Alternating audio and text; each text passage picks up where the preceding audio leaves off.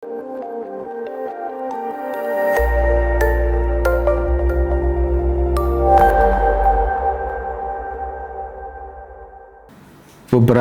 pekan belakangan ini rame publik membincang terkait dengan pagar laut ya, yang cukup meresahkan masyarakat, terutama para nelayan.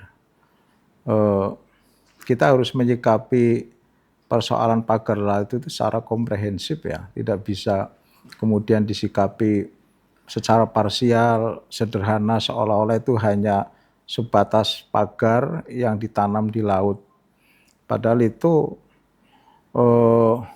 persoalannya tidak sesederhana itu. Ini ada keterkaitan dengan politik kita yang sangat liberal dan berbiaya sangat mahal. Orang untuk menjadi presiden itu butuh uang bukan sekedar triliunan, tapi puluhan triliun, bahkan mungkin juga tembus di angka ratusan triliun. Nah, tentu tidak ada presiden yang punya uang sebanyak itu, calon presiden yang punya uang sebanyak itu, ya mau tidak mau tentu harus mendapat sokongan dari banyak pihak.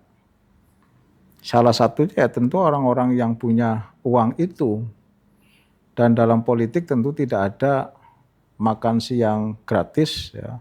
Semua yang berkontribusi tentu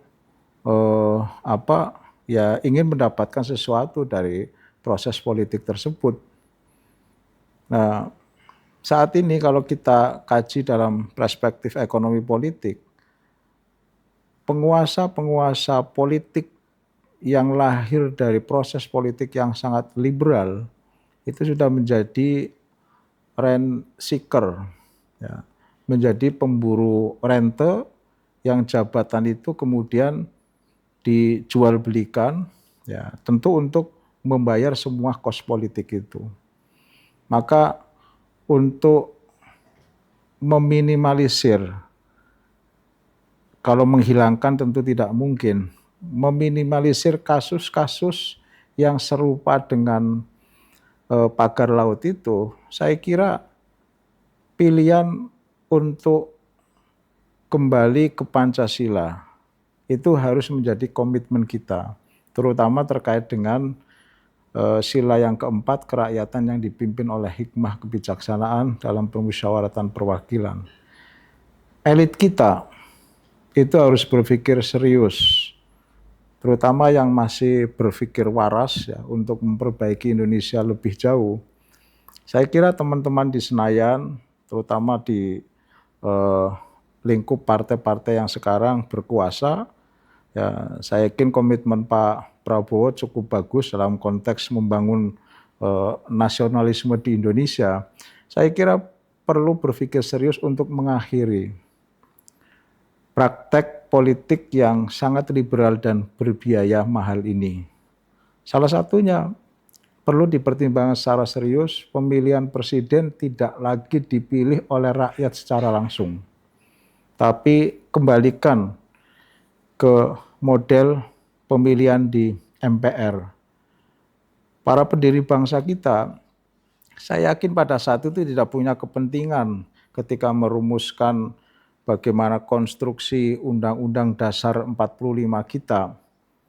Dan para pendiri bangsa yang luar biasa itu kemudian menawarkan satu proses, satu mekanisme bahwa pemilihan presiden itu melalui MPR.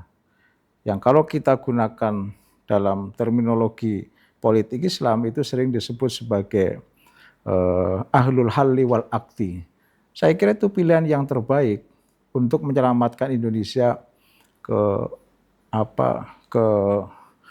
arah yang lebih baik. Itu harus menjadi pilihan dari para politisi kita.